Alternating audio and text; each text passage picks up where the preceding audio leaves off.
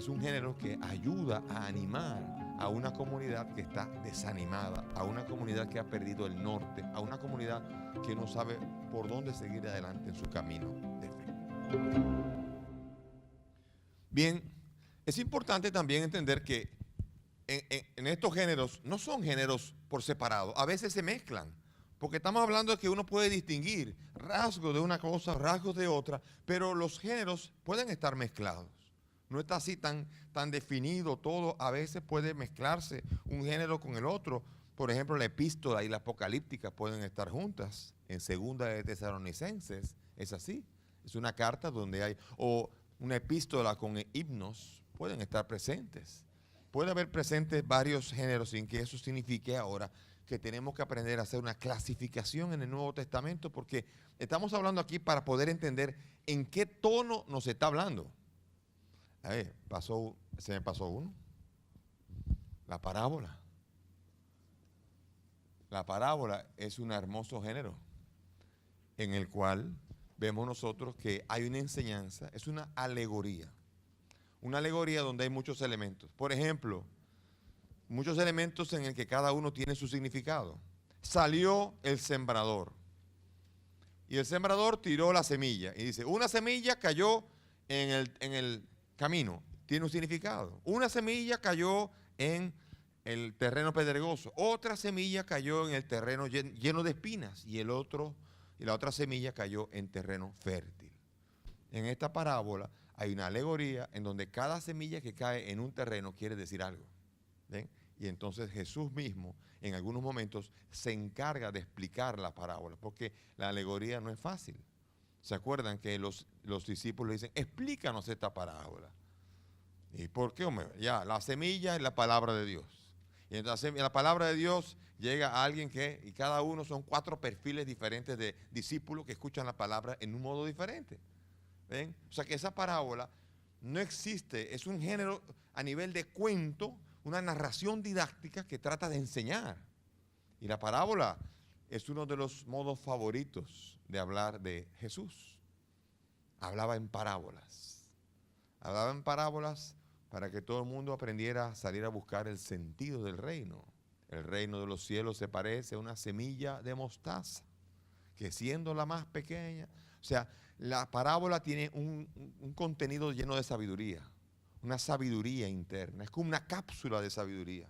De hecho, una parábola de por sí sola ya es un evangelio entero, una enseñanza completa. Usted lee, y a veces la parábola, lo bonito que tiene la parábola es que usted la puede contar y usted la puede memorizar. Puede que se le olviden algunos detalles, pero la parábola tiene la belleza de que usted puede, es un cuento y en el cuento usted comienza y usted sabe acabarlo. Y si usted se le perdió, bueno, la cosa es que acaba, pero usted sabe hasta dónde va. Le pasó a mi hermano que llevó a su sobrino, a nuestro sobrino, de él y el mío, al hijo de mi hermana, lo llevó a misa junto con su hijo. Y ese día tocaba la parábola del hijo pródigo. Y la leyeron. Y la explicaron.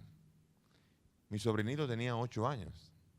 Cuando vuelven en el automóvil, es el sobrinito que le dice a mi hermano, qué parábola, qué historia tan tremenda. Y dice, ¿qué fue? Esa que contaron.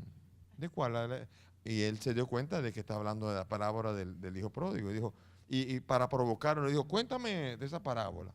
Y dice, óyeme, me la contó con más detalle de lo que me acordaba yo. O sea, un niño de 8 años fue capaz de acordarse de todos los detalles, porque una parábola, imagínense para un niño donde el joven quería comer de lo que le tiraban a los puercos.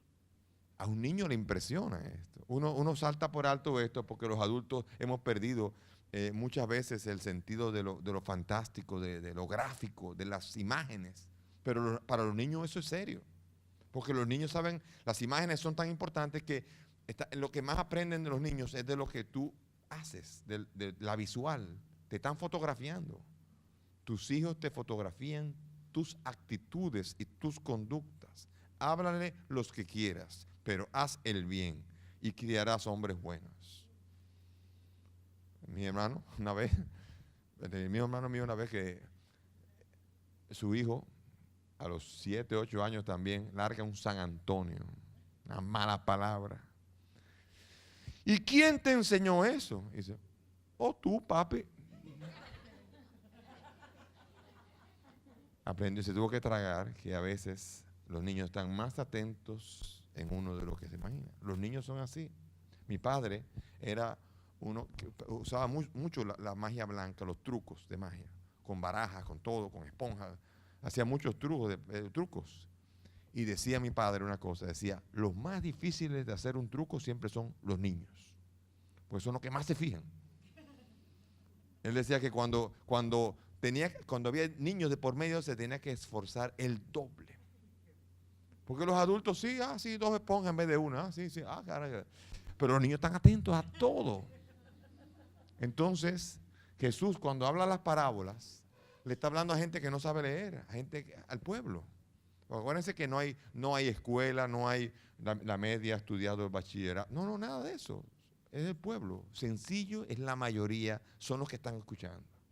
Por lo tanto, Él les enseña en parábola, que es la manera en cómo la enseñanza podrá quedar retenida en la mente de todos los que están escuchando allí. Por tanto, es una magia la parábola, el cuento. A mí me gusta mucho usarlo. Cuando estoy lo he usado varias veces para tratar de ilustrar algo. Me gusta usarlo mucho en las homilías y les gusta sobre todo a los niños. Cuando no hago un cuento, dentro de la homilía, los primeros que se me acercan, niños, que a veces un niño así, ¿y por qué? ¿Dónde quedó el cuento? ¿Por qué? Porque para ellos, seguir toda la retahíla de cosas que ustedes sí pueden seguir, para ellos es difícil. Pero con un cuento, ellos se quedan con un pedazo ya grande.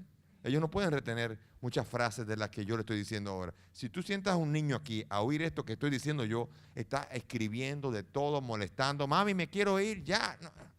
Si le comienza a oír un cuento, él lo está gozando más que todos ustedes. Atento. Porque es un auxilio para las personas con limitaciones para poder tomar la mayor cantidad de sustancias de enseñanza posible. A todo el mundo le gusta aprender. Y a los niños en eso están. Los niños están en una fase de aprendizaje, por lo tanto, todo lo que sirva para aprender, lo agarran. Y por eso les fascina, y les fascina sobre todo aquí en las parábolas, a los sencillos y humildes de corazón. Por eso es hermosa la parábola que se me había pasado, siendo tan importante en el ministerio de Jesús, la enseñanza de esta manera que retenía toda la riqueza de lo que había predicado. Porque ¿cuál es el centro de la predicación de Cristo?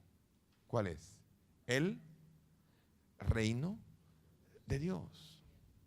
Y las parábolas se pueden llamar los cuentos acerca del reino de Dios. Y por eso era la manera en cómo predicar al reino a la gente sencilla, era haciéndole parábolas que hicieran referencia al reino. El reino de los cielos se parece a. Hay momentos en donde en la parábola, ¿a qué compararé el reino de los cielos? El reino de los cielos se parece a un mercader de perlas. Y Jesús el sabio con parábolas ayuda a que a los sencillos y humildes les lleguen sus enseñanzas. Quiere decir con esto que son pequeñas cápsulas para poder entender mejor los misterios del reino, que muchas veces los sabios y entendidos no son capaces de entender.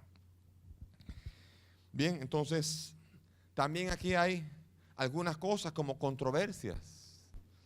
En el Evangelio hay controversias. Hay momentos en donde está permitido pagar los impuestos o no. Muéstreme una moneda. ¿De quién es la inscripción? Entonces, esa controversia, todo el mundo sabe cómo acaba. Acaba, ¿cómo dice la frase última? ¿Ven? Ustedes son humildes y sencillos y han retenido cápsulas como esa, ya se la saben, y ya saben que cuando comienza una controversia, la controversia también es como una novela. ¿En qué acaba eso? Todo el mundo sabe en qué acaba la controversia.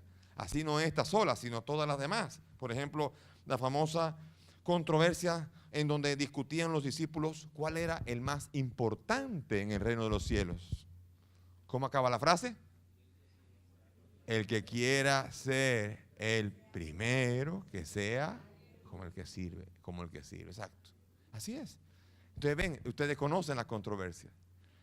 Quizás controversia suena como polémica, pero ustedes ven que las controversias son discusiones en las que Jesús lleva la discusión y planta en ellas una enseñanza. Planta en ellas la importancia del servicio, planta en ellas no confundir las cosas de Dios con las cosas de la autoridad, del rey de la tierra. A Dios lo que le toca a Dios y al rey de la tierra lo que le toca al rey de la tierra, y no hacer confusión. Así también, cómo hacer bien en sábado y todas esas cosas. Controversias con las que Jesús muestra su extraordinaria sabiduría, porque ante temas polémicos en donde la razón o la fe sin razón quieran venir a discutirle, Jesús tiene siempre una respuesta hermosa, y cada una de estas controversias tiene respuesta para cualquier problema en el que nosotros podemos vernos. Así también hay diferencias. Ustedes tienen allí en una de las páginas una comparación de las dos narraciones del sermón.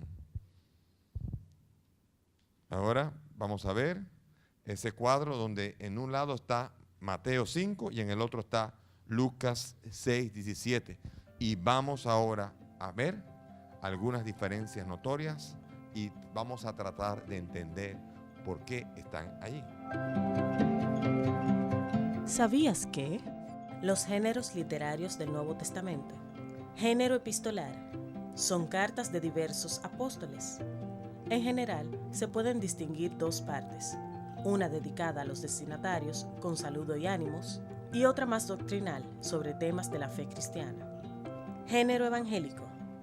Se podría decir que son una catequesis, enseñanza, bajo la forma literaria biográfica. Género apocalíptica. Es una narración llena de símbolos tomados del Antiguo Testamento que quiere revelar el sentido de la historia humana como una lucha entre el bien y el mal, en el que éste será finalmente aniquilado gracias a la influencia de la resurrección de Jesús en la historia. Ya regresamos.